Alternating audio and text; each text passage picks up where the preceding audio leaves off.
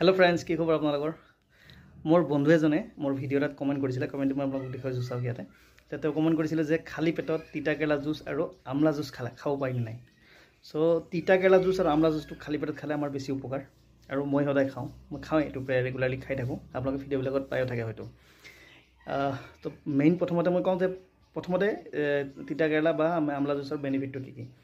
যদি তিতা কেলা জুস খায় তেতিয়া আমাৰ কি হয় বডিত যেটো তিতা কেলা তিতা আমাৰ বডি যেটো গ্লাইসেমিক ইনডেক্সটো আছে ডাউন কৰে তাৰ মানে যিবিলাক আমাৰ সুগাৰৰ পেশেন্ট আছে তাৰ কাৰণে আমাৰ তিতা কেলা জুসটো খুব ভাল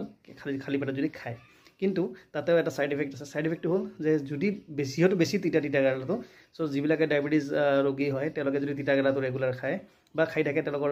সুগাৰ লেভেলটো বহুত ডাউন হৈ যাব পাৰে আৰু বডিত এটা নেগেটিভ ইম্পেক্ট দিব পাৰে সেইকাৰণে যিবিলাক আয়ুৰ্বেদিক এক্সপাৰ্ট আছে তেওঁলোকৰ লগত কনসাল্ট কৰিব আয়ুৰ্বেদিক যিবিলাক ডক্টৰ আছে তেওঁলোকৰ লগত কনসাল্ট কৰিহে সুগাৰ পেশেন্টখিনি স্পেশালি তিতা কেলা জুসটো খাব আৰু নৰ্মাল মানুহখিনিৰ কাৰণে কোনো অসুবিধা নাই যদি 20 পৰা 30 ml পাৰ ডে খায়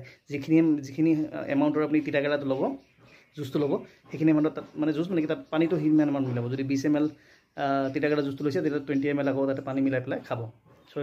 মই এডভান্টেজ আৰু ডিসএডভান্টেজ দুটাই কলো আৰু তিতা কেলা জুসত এডভান্টেজ আৰু এটা এডভান্টেজ আছে যে বহুত পৰিমাণৰ ফাইবাৰ থাকে সো আমাৰ বডিত পটকে ভোক নালাগে সো আমাৰ ওয়েট ম্যানেজমেন্টৰ কাম কৰে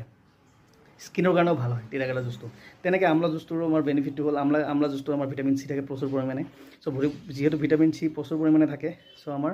বডিৰ আমাৰ যি ইমিউনিটি আছে ইমিউনিটি বুষ্ট কৰে আমাৰ যেটো ওয়েট ম্যানেজমেন্ট আমলা জুসে কাম কৰে আমলাটো বহুত পৰিমাণৰ ফাইবাৰ থাকে সো আমলাটো স্কিনৰ কাৰণেও ভাল ঠিক আছে সো এনেকুৱা বহুত মানে বেনিফিট আছে আমলা জুসটো যদি আপুনি ৰেগুলাৰ খাই থাকে এমটি ষ্টমাকত কিন্তু যেহেতু আমাৰ হেলথ ৰিলেটেড বস্তু হয় নিজৰ আমি এই বস্তুবিলাক আপুনি কনজিউম কৰাৰ আগতে আমাৰ নিজৰ যিখিনি এজন মানে হেলথ প্ৰেক্টিশনাৰ আছে বা আয়ুৰ্বেদিক এক্সপাৰ্ট আছে তেওঁৰ লগত কনসাল্ট কৰিহে খাব মই কনজিউম কৰোঁ মই আপোনালোকক ভিডিও দেখুৱাওঁ তাৰ পৰা বেনিফিট মানে তাৰ পৰা যদি মোটিভেট হৈ পেলাই আপোনালোকে খায়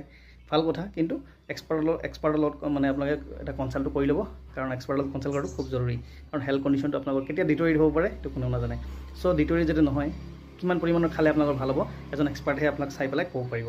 সো আমলা জুসৰ বেনিফিটটো মই ক'লোঁ আমলা জুসৰ সাইড ইফেক্টটো আছে সাইড ইফেক্টটো কেনেকুৱা হয়তো আপুনি যদি খালি পেটত খাব আমাৰ যেহেতু আমলা জুসটো এটা এচিডিক ফৰ্মুলেশ্যন হয় সো আমাৰ বাৰ্নিং সেন্সেশন হ'ব পাৰে এমটি ষ্টমাকত যদি খায় আপুনি তো বাৰ্নিং সেন্সেশন এটা আমাৰ ষ্টমাকত ফিল হ'ব পাৰে আৰু আমাৰ বডিৰ মানে যেটো গেস্ট্ৰিক প্ৰবলেমটো আছে অকমান বঢ়াব পাৰে কাৰণ যেহেতু এচিডিক ইন নেচাৰ হয় আমলা জুসটো তো এইটো সাইড ইফেক্ট বিশেষ সাইড ইফেক্ট নাই কিন্তু বেনিফিট বহুত আছে এতিয়া কথাটো হ'ল এক্সপাৰ্টৰ লগত কনসাল্ট কৰক আয়ুৰ্বেদিক এক্সপাৰ্টৰ লগত কনসাল্ট কৰক আৰু কনজিউম কৰিব পাৰে ইনফৰমেশ্যনখিনি যদি ভাল লাগিছে শ্বেয়াৰ কৰক সকলোৰ লগত যাতে সকলোৱে গম পায় নহ'লে আৰু নলেজটো বাঢ়ে আৰু তেওঁলোকক ইয়াৰ পৰা বেনিফিটটো উঠাব পাৰে